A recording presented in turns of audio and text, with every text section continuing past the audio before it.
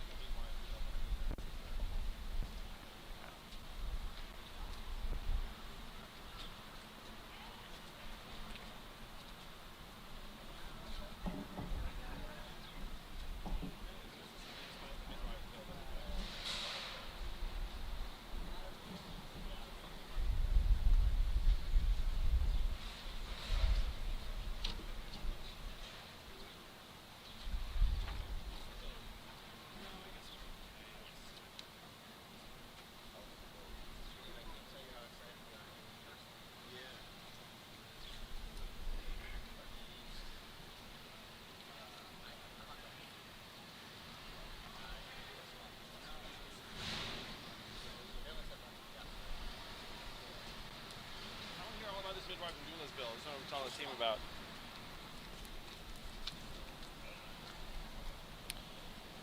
Hello, everyone. Thank you for joining us here today.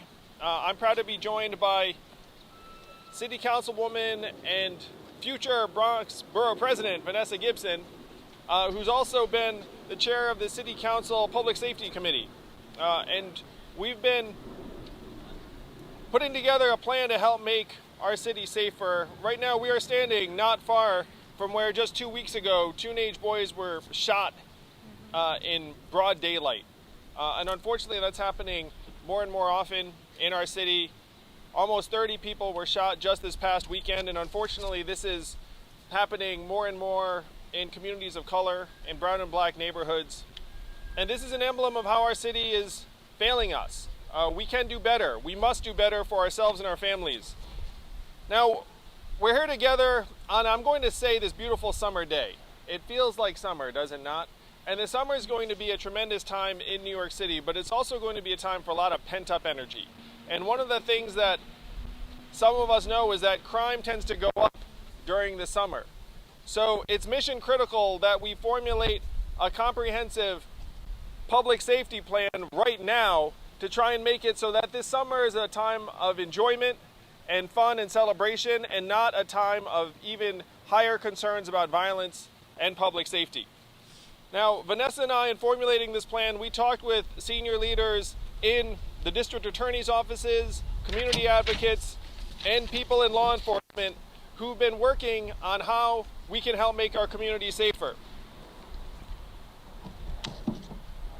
One of the shocking numbers is that, unfortunately, only 25% of the crimes that are being committed are actually being solved or cleared. So I want you to think about this. We're in a time of rising violence in our cities, and when someone is a victim of gun violence, there is a 3 out of 4 chance that the person who perpetrated that violence will not be caught. And this is one reason why we're seeing the rates of violence continue to rise, because too often the perpetrators are not apprehended, and then they're free to hurt someone else. The majority of the gun violence we're seeing in the city right now is related to gang activity, particularly again in black and brown neighborhoods. So these are people that if we can catch them, it's going to get the shooting rates down. So how are we going to catch them? How are we going to get the clearance rate up from its current 25% or even lower in some precincts to a higher rate? The first thing we have to do is we have to properly resource the gun violence suppression division of the NYPD, which right now consists of 200 officers who are focused on these crimes. We need to increase the number from 200 to 300, because in the face of these shootings, we have to make sure that we have the detectives and resources who are pursuing each of these shootings so that the shooter is apprehended and is not able to hurt someone else. When I talk to people in the district attorney's office, they say that detectives are often under-resourced. Detectives will investigate a shooting, they'll be investigating it, and then unfortunately another shooting will arise a couple of days later. And then the first shooting ends up falling by the wayside. This is why we're solving so few of these crimes. What we need is more staffing of detectives. We have to invest more in training officers to be detectives and increase the number of detectives so that you don't just have one detective. You can have detectives share cases and have pooled responsibility instead of having one detective when he gets busy or she gets busy, that case goes cold. We also have to be clear that there's a cycle of violence that's happening when someone comes back from prison. Often they're harboring a grudge, where they're coming back and they think that someone had something to do with them being incarcerated. So one way we can make our community safer and more fair and more just is by doubling the budget that we're dedicating to people who are coming back to their communities after serving their debt to society. A $20 million investment here, the Mayor's Office of Criminal Justice, for people who are coming back to their communities would make us safer. Because if you invest those resources, they're more likely to go away from trying to repay that grudge and continuing a cycle of violence that's just going to hurt someone else in the community. So these are some of the things we can do in law enforcement to help make our community safer. But it's not just law enforcement. There has to be a comprehensive approach that includes the community. And so I'm going to talk about something very basic and essential. When a community literally is dark, it's less safe. When you make a request for lighting, that request, particularly in NYCHA, has to be resolved and satisfied as quickly as possible. Darkened streets are more prone to crime and safety issues than ones that are well lit. We have to release funding for the violence prevention programs like Cure Violence right now, this moment. There's a budget that's being considered. The budget's going to be cleared at the end of this month. We all know that, again, these issues are going to flare up as the weather warms. We need to fund these programs right now and release that funding. We know the funding's going to come, but it's more important right now than it's going to be in midsummer. And finally, we have to fully fund and expand the summer youth employment program. I mean, I'm a parent, I've got kids. Kids are much less likely to get into trouble if they have summer jobs to go to. So if we fund these summer youth employment opportunities, it's going to make us safer at the margins, as well as give these young people the kind of exposure and compensation and training that can help prepare them for success. Now, every New Yorker I know right now is concerned about subway safety, where there have been incidents that have been horrifying for us all, people getting shoved onto subway tracks, people being slashed. The city's not going to work if people don't feel safe riding the subway every day. Bill de Blasio recently called for 250 more officers in addition to the approximately 3,000 that are currently stationed on our subway platforms. But those 250, unfortunately, are temp auxiliary, and it's just during rush hours. Meanwhile, our subways run 24/7. I'm not even sure what rush hour means right now. So those officers should be permanent and 24/7, just like our subway system. And those officers, after they're on the subways, they should be actually walking the subway cars instead of just being stationed on the platforms, so that the passengers will know that the officers have actually gone up and down and checked out the car to make sure that everything's okay. At a minimum, that would give us all a greater degree of safety and security. It's a visual inspection. Now, as the weather warms, we all know we're going to come together in parks, and the park should be cleaned and made safe with some of the federal stimulus money that's come in. It's a great way to make our city more enjoyable during the summer, but it'll also make us safer at the margins. So here are some of the things that I think most New Yorkers would agree with. We need to dedicate more resources to the detectives who are actually addressing violent crimes. We need to invest in community resources to help people when they're coming out of prison and make our community safer. We have to activate the resources that are on our subways to actually give us that sense of safety and security. And then we have to make it so that our public gathering spaces are as safe as they can be for all of us. So we can make this summer a summer that we'll actually enjoy, and not a summer where, unfortunately, we're plagued with these headlines that are just growing more and more commonplace about something terrible happening in the city of New York. And I'm so proud to be standing with City Councilwoman, again, the former head of the Public Safety Committee for the City Council, and again, the future Bronx Borough President, my friend Vanessa Gibson. Thank you. Thank you. Thank you so much, Andrew Yang, and thank you for coming to the Bronx today for this important announcement. I'm grateful to be with Andrew and his team here at Eastchester Gardens. It is one of our NYCHA developments in the Northeast Bronx. And I take this issue of public safety deeply personal. Every New Yorker has an expectation to be safe, no matter where they live, their zip code, how much is in their bank account, their race, ethnicity, nor religion. And unfortunately, we've seen far too much gun violence in the city of New York. This is an issue that I take extremely personal because in my own district, I've had to mourn with mothers and fathers and help to bury children who have been victims of the vicious cycle of gun violence. Understand, as New Yorkers, particularly New Yorkers of color, we have been dealing with a couple of plagues. The plague of gun violence in this country, the plague of systemic racism for 401 years, and the plague of COVID-19. And here we are in the warm season getting prepared for a summer 2021. And we want this summer to be the safest summer yet.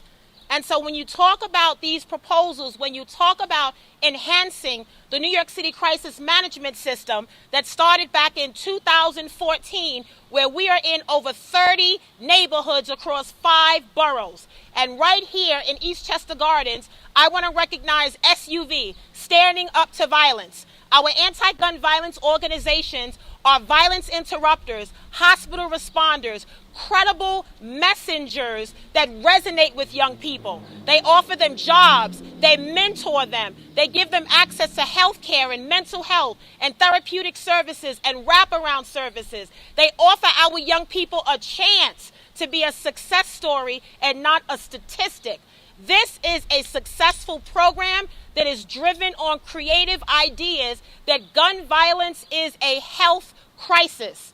We believe that the president should declare gun violence a national crisis. We are in a state of emergency. We have been on fire in the Bronx.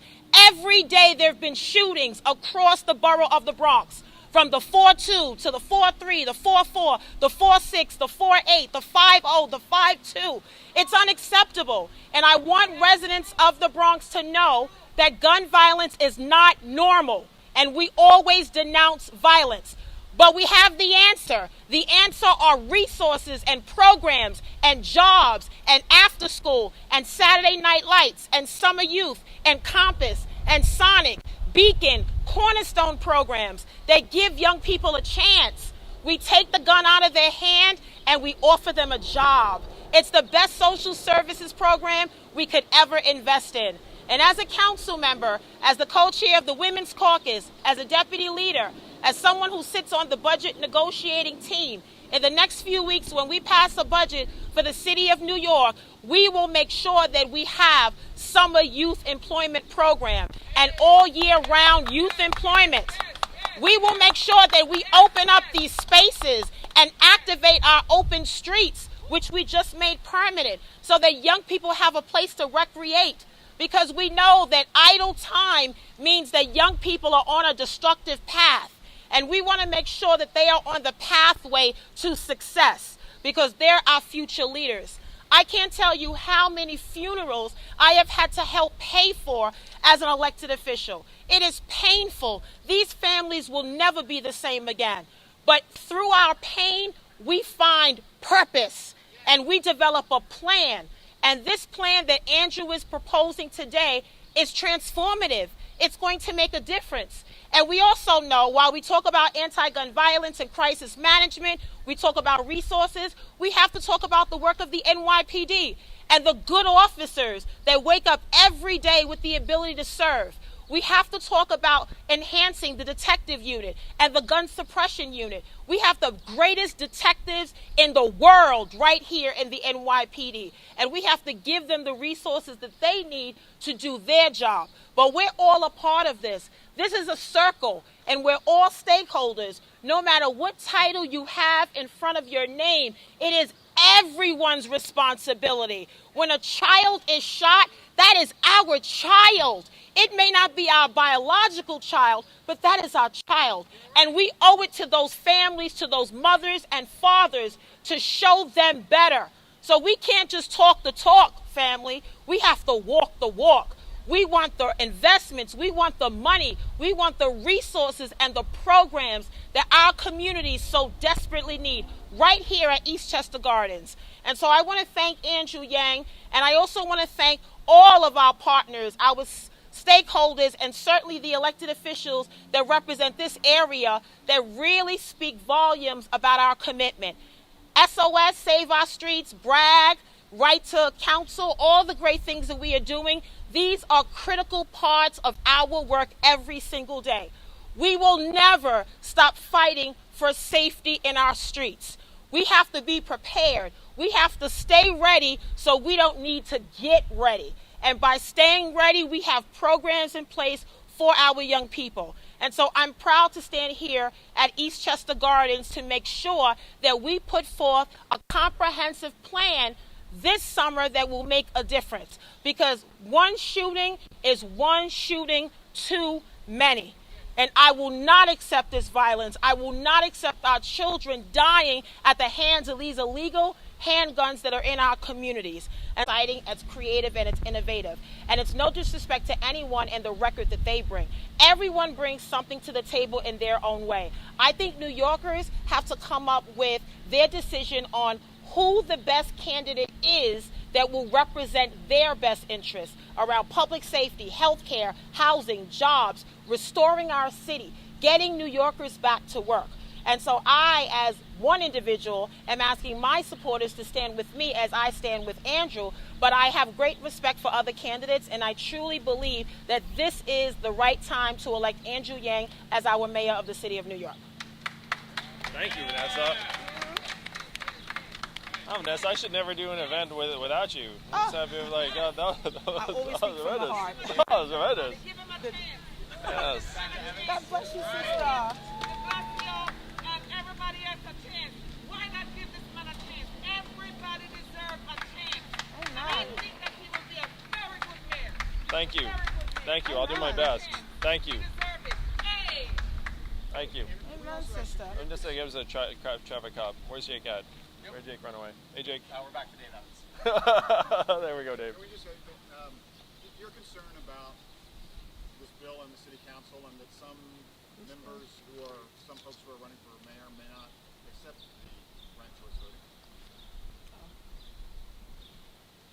Voters in New York City made very, very clear that ranked choice voting will determine the winner of this election. I have said equally clearly that I will accept the outcome based on ranked choice voting. And it's mystifying to me why any candidate would say anything else. I mean, this is the will of the people here in New York. Ranked choice voting is the system that's going to determine the next mayor. And we've seen at a national level, unfortunately, what happens when someone disputes the outcome of an election. We do not want anything like that here in New York City. So any candidate who doesn't say they will accept the outcome of ranked choice voting, in my opinion, has it wrong. Vanessa, does this bill have a chance? I saw the bill, and I know it's being introduced by my colleague, Councilmember Miller. I respect the will of the voters. I recognize that in November 2019, over 70% of New Yorkers voted yes for ranked choice voting. And although I have concerns about the implementation, I am worried about education and outreach, and I think we should have provided more money to CFB, more than $2 million for education and outreach. But I think it's the will of the people, and I respect that. So, you know, the bill introduced will go through the legislative process, but obviously it would not be in time for this particular race. I don't believe that the bill will pass by that time. Mm-hmm. Look at that, John. Question free. You look like you're going to a golf course, John. What is it? It's a visor. It's like you stopped over here. Actually, on the I would like to ask Oh. any reaction to some of the controversy out of the Diane Morales campaign team this week. No, I really don't have any comment. I don't know anything about it that has been reported, and I probably don't even know half the stuff that's been reported because, like, I'm not pouring over what's going on with other campaigns to that level. Thanks, folks. Thank you all. Vanessa Gibson for Borough President. Yeah. Thank you, sister. Oh, thank you. Thank you. I I like her too. I thought you knew her. I'm ready to do it. We're not going anywhere.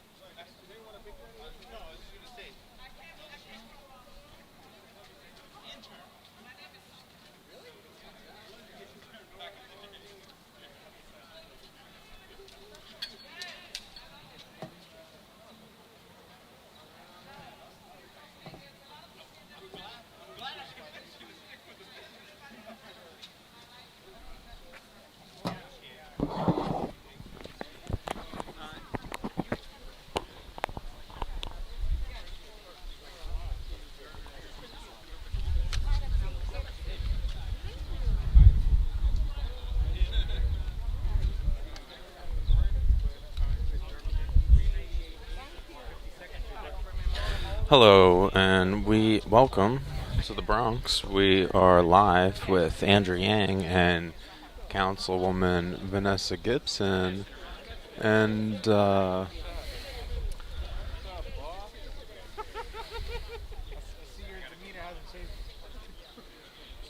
Andrew just released his summer crime and violence prevention plan.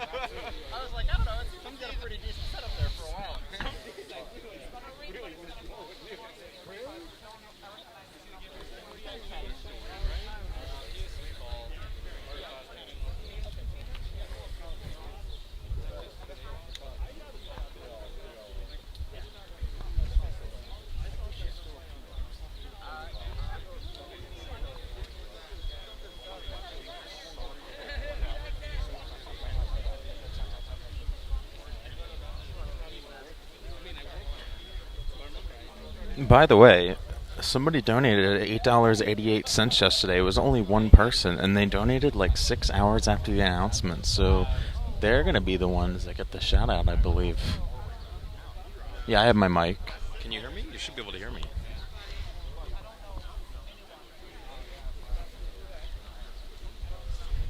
We're going to try to see. I think the news wants to interview this lady here in the blue. She's the one who was saying, I think Andrew Yang will be a very good mayor, give him a chance, yes. So we're going to see if we can capture a moment of her. And if not, I will probably just ask her questions myself. This is Vanessa Gibson, who is the Bronx Borough President candidate and City Councilwoman that endorsed Andrew Yang a few weeks ago. I was here for that endorsement, and Andrew endorsed her for Bronx Borough President.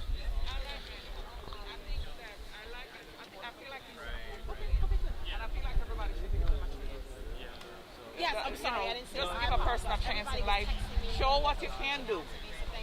Okay? We need change. We need change. We honestly need change. We can't go on like this. Something new. So call me and let me come down there. And I can, make calls and everything. Yeah, I want to speak. Excuse me, ma'am. Yes. I was wondering if you'd mind answering a few questions. Yes. Okay. Why, you seem very passionate about Andrew and Vanessa Gibson. Why does Andrew's campaign appeal to you? I like it because he's saying the things that other people are not saying. And I believe that he is, I think he has a plan. And I think he wants his plan to come through, especially for the youth that is going around shooting people and doing bad things. I think as a man that have children, I think he wants to give the youth summer camp, give them jobs. The police we need more police. The subway has gone from bad to worse. We need help. So I think that all these things, I honestly believe that Andrew will come through for us. So is he going to be your number one choice? Number one, all the way. And what would you say to other New Yorkers who are paying attention to the mayoral race, but maybe they're undecided, they're considering a bunch of different candidates? What advice would you give them? Well, the advice that I would give them is that they can look and listen, but pay attention to what Andrew Yang have to say, because if you listen carefully to everything that he just said, it make a lot of sense. And the other candidates, I don't really see them saying that and doing anything, but he goes out. Look where he's at today. And because I like him so much, I came down here to make sure that I say my part. I like him. I think he will be a very good mayor. Just give him a chance. Wow. That's what all. Is your name? My name is Sonia. Sonia, Matt. Yes. Nice to meet you. You too. Have a good one. Thank you. Thank you. Wow, that was amazing. Wow, that was incredible. And there goes Andrew. He was taking selfies with some folks. I have to get my McDonald's cup. I left on the ground.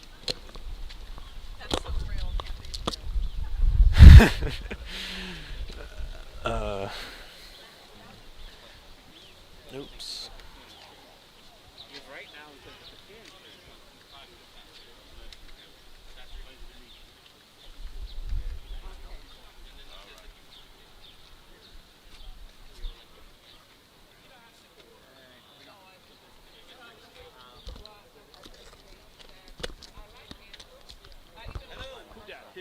That's him. Public Bank.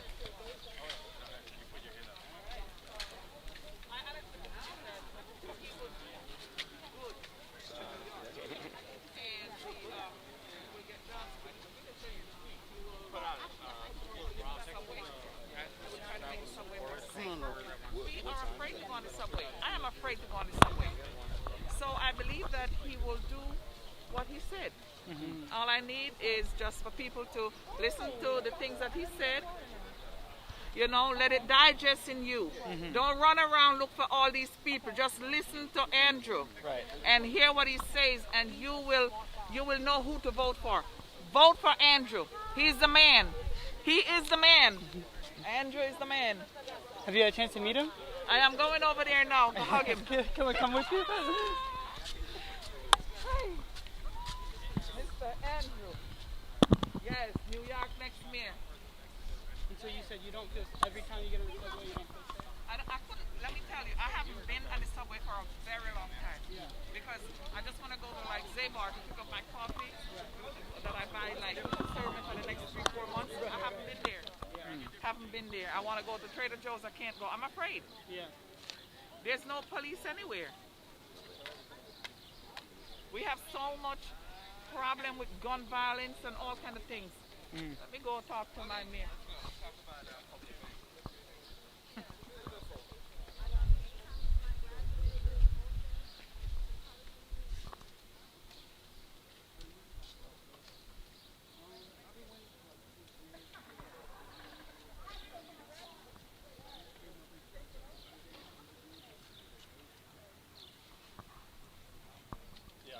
I would love to be able to help with that. The waiting lists have been incredibly long, and at a minimum, they owe people like a sense of what that line looks like. So I'll do my best to improve that communication at a minimum, and hopefully even improve the outcome. Are you here? And Because unfortunately I stay with my mom for the time being until I get an apartment, and I just want to be on the street, living I want to do everything I can to help for sure. 6 years is way too long to wait, obviously, and as a minimum, you're owed like an answer of information. So I'll do my best. What's your name, sir? Letron. Latron? Yeah, L-E-T-R-O. So I'm going to remember Latron with Loki the dog. Mr. Andrew, can I just say something to this man? Mister, don't move. Mister, don't move. Have you applied for Section 8? Because Section 8 is out and it's going to be finished tomorrow. So whoever don't, tomorrow is the last day. So we have Section 8, we have New York Housing Connect, and we have HPD. All you have to do is go online because they're sending everything to your phone. And Section 8 is open from May 17th to May 28th. Tomorrow is the last day. So if you don't have it and you have a phone, I will give it to you. Mr. Andrew, how are you? Hey, how are you? That was so helpful. Hey, I I'm love so you glad all. you were here. I love you all. I love you so much. But I know that you will be New York next mayor. Thank you so much. With your help, that's. So I'm coming down to your office. Oh, give me a hug. And I'm gonna help you. thank you so much. Need your So help for sure. yes. And We, thank you for helping him too. Yes, helping I'm Electron. going to give you the Section 8 thing. Section 8 is finished tomorrow. Is your arm okay? Yeah, I had major surgery done. Oh no, I'm so sorry. Packing things to move. So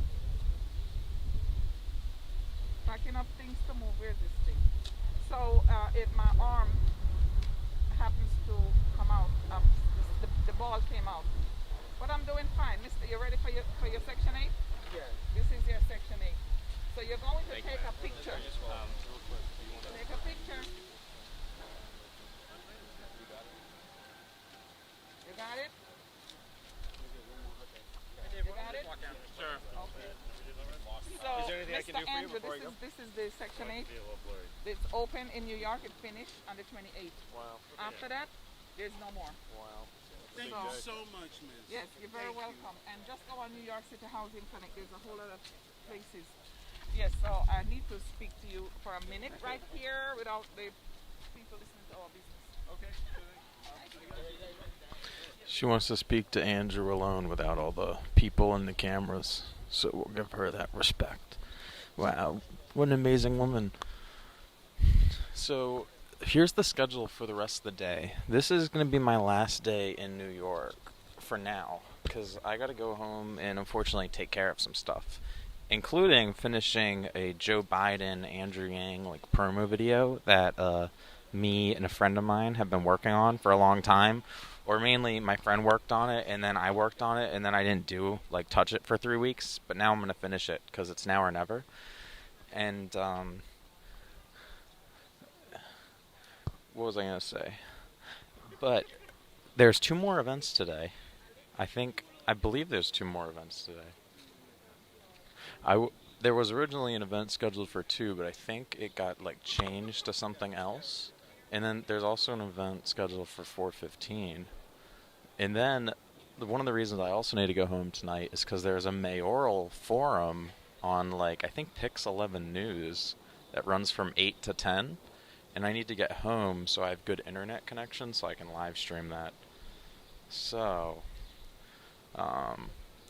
that is the current plan. Now, I don't have any streams set up yet for the 2 p.m. or the 4:15 p.m. just because I wasn't sure, if I could make them all in time. But I think I might be able to. So let me mute this real quick and see if there's a 2 p.m. event. I'll be right back.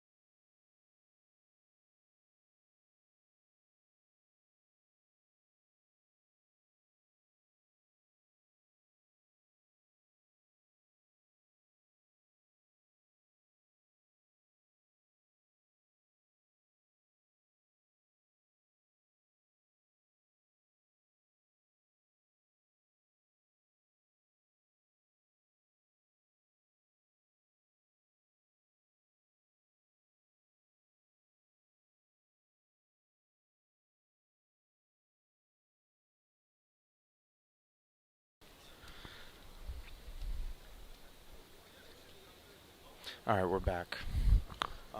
So the next event is at 2. I just got the address for it, so I think we are going to do that. Now, usually I would have it set up so right when I end this stream, it would redirect to the new stream, but because I haven't set it up yet, it won't happen. But what I'm going to do is run to my car, set up that stream, and then it should be starting at 2 p.m. So everybody's watching. Make sure you stick with us, or better yet, ditch me and just phone bank. That would be a better use of your time, in my opinion. Or watch this while you're phone banking. That could also work. Also, remember to donate. And I have to get a shout out for at least one of you. I apologize for that noise. For at least one of you. And yeah. So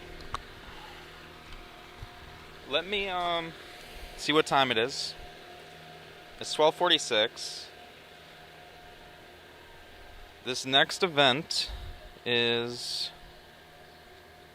Let me see how far away it is.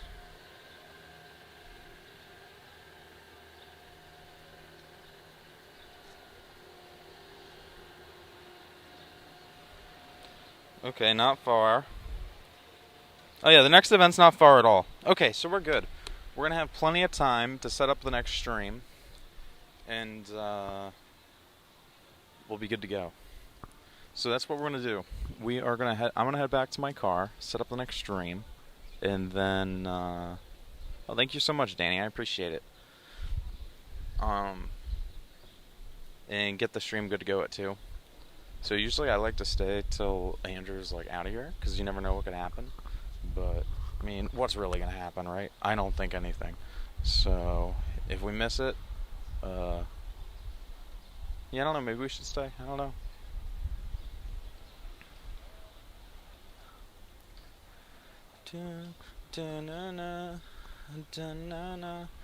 Nah, Ron, I'm just really passionate. I really believe in Andrew.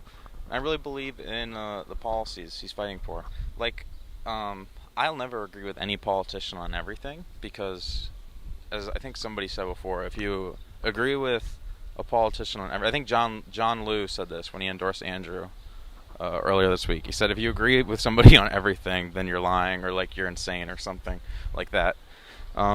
But in the presidential race, I matched with Andrew on policy like more than any other candidate, except for one, and that was, what's his name? Crap, John Delaney. But it's like John Delaney was polling even lower than Andrew and didn't have anywhere near the same amount of charisma and, in my opinion, like leadership qualities. So it was a pretty easy choice from there on out.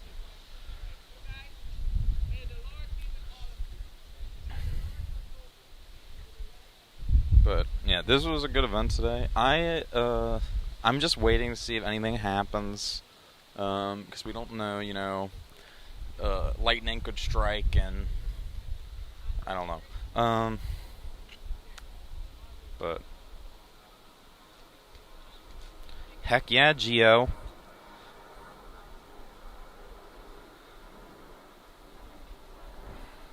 Here, for everybody who's watching, if you're still watching at this point, you must be like me. You must be very passionate. So, if you're passionate enough that you would be interested in coming to New York City and contributing to the local economy by giving your tax dollars to the city of New York, and at the same time, you can help canvass for Andrew Yang and help launch the largest basic income pilot in history, bring a people's bank to New York, decriminalize sex work, decriminalize drugs, pass the New York State Health Act, gin up support for that, and bring single-payer health care. There's so many good things that can happen here in New York City if Andrew Yang becomes mayor, and then it will become a blueprint for the rest of the country to follow. And as Andrew Yang has said, if New York City elects somebody who's been rattling around all these different bureaucracies for years and years, why should we expect anything to change? We shouldn't. Which is why we should elect somebody who's fresh, new, and can bring a different perspective.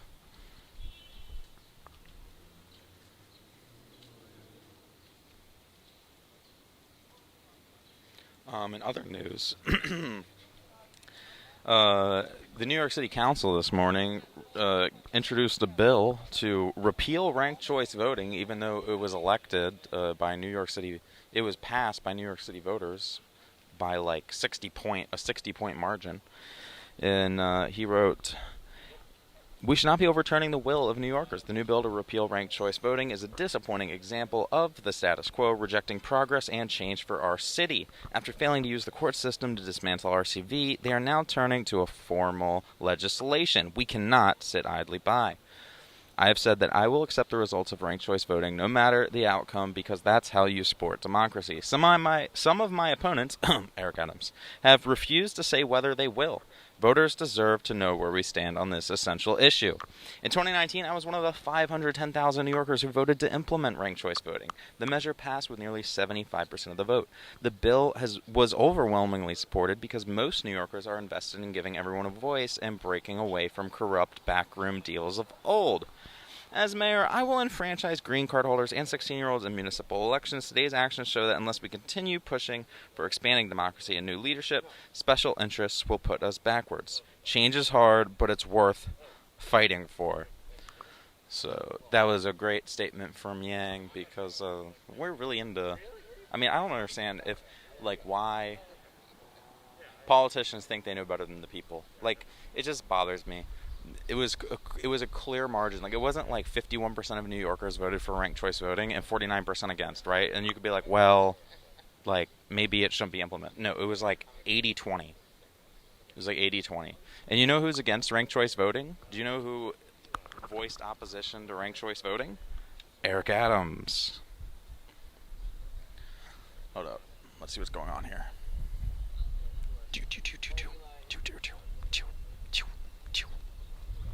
Okay. It looks like Andrew's getting interviewed. We're a fly on a wall. We can hear it from here. I hear something along the lines of, I have been a New Yorker longer than Eric Adams has been a Democrat. That's what I heard. Can't confirm, but that's what I heard.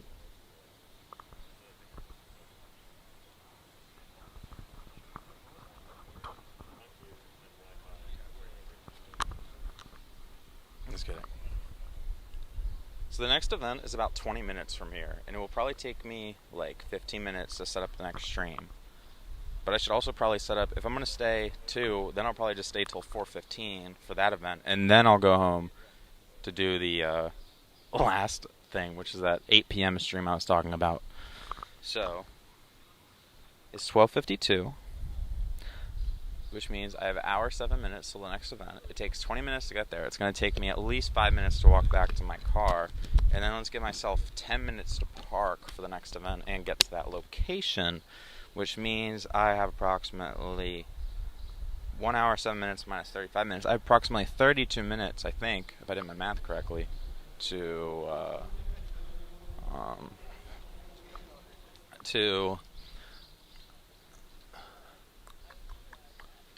get to the next event. Okay, looks like Andrew's leaving. I think we're gonna leave as well. Actually, maybe I can ask him one quick question.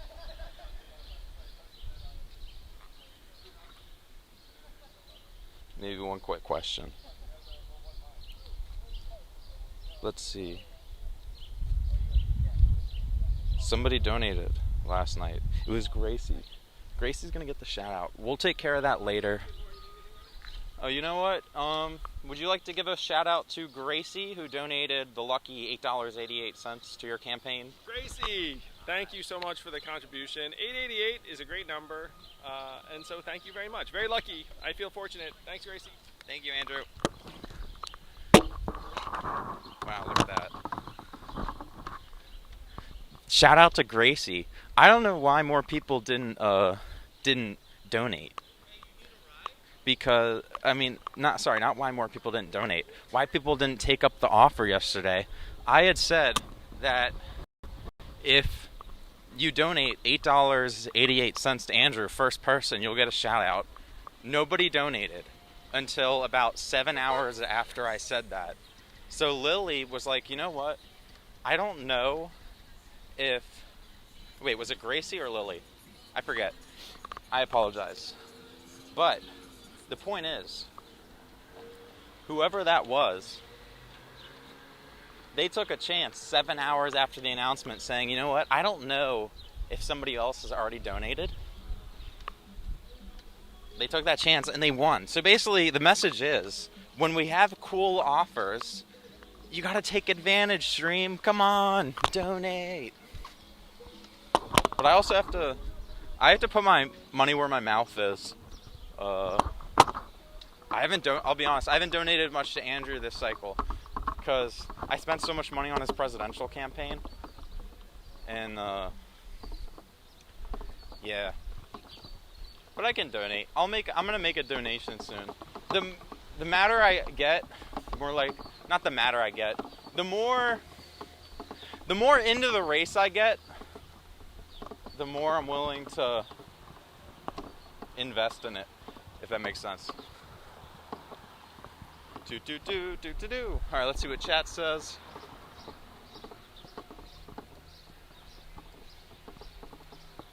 Yes, it's a very lucky number.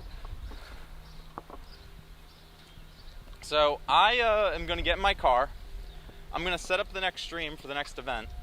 And then we'll be back live at 2 p.m. Eastern.